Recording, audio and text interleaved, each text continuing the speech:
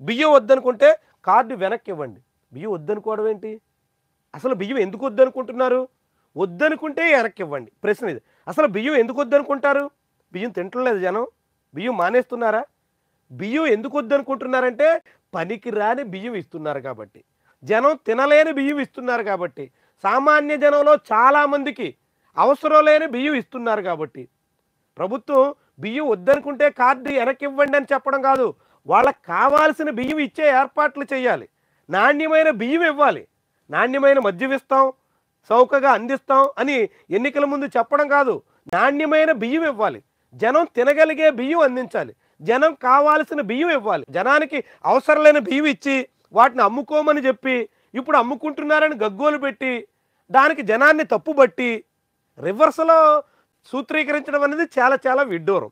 జనం ఎందుకు బియ్యాన్ని అమ్ముకుంటున్నారు? జనానికి బియ్యం అవసరం లేక కాదు.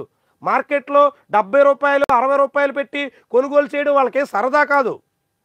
ప్రభుత్వం ఇస్తున్నటువంటి బియ్యం నాసి రకం. వాళ్ళు వండుకుని తినడానికి పనికిరాని బియ్యం ఇస్తున్నారు. కాబట్టి ప్రజలకి అవసరమైనటువంటి నాణ్యమైనటువంటి బియ్యం అందిస్తే ప్రజలు దాన్ని బహిరంగ మార్కెట్లో 10 రూపాయలకి 15 రూపాయలకి కారు చౌకగా అమ్ముకుని అదే బియ్యాన్ని 40 రూపాయలకి 45 రూపాయలకి విదేశాలకి ఎగుమతి చేసుకునే అక్రమ రవాణాదారులకి లాభాలు తెచ్చిపెట్టే రీతిలో ఈ వ్యవస్థ ఉండదు. పనికొచ్చే బియ్యం ఇవ్వండి, ప్రజలు వాటిని తింటారు, తినేలా చేయండి. ప్రజలకు అవసరం లేని బియ్యం ఇచ్చి అమ్ముకుంటున్నారు కాబట్టి మీ రేషన్ కార్డు వెనక్కి ఇచ్చేయండి, మేము ఇంకేదో ఆరోగ్యశ్రీకి ఉపయోగపడే కార్డు ఇస్తాం. ఏంటిది సిస్టమ్? ప్రజలకు పనికొచ్చే బియ్యం ఇస్తే జనం వాడుకుంటారు.